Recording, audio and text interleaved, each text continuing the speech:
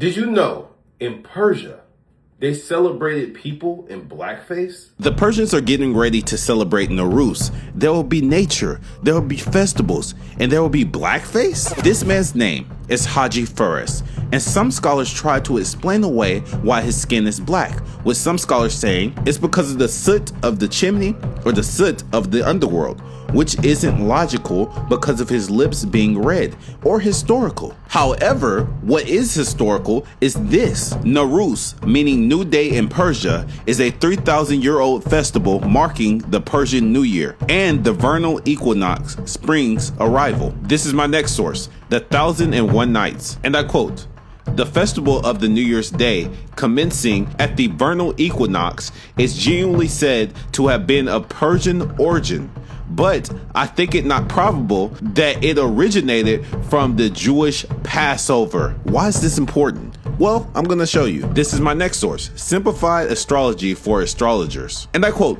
"King Solomon's temple at Jerusalem was so oriented that when the sun rays on the morning of the spring equinox shone into the Holy of Holies, they were reflected to the worshippers whose backs were turned to the sun by the jewels on the breastplate of the high priest." One way that you could tell that it was spring is from the breastplate of the high priest. The priest wore luxury garments. This is the appearance of Hajji Firuz.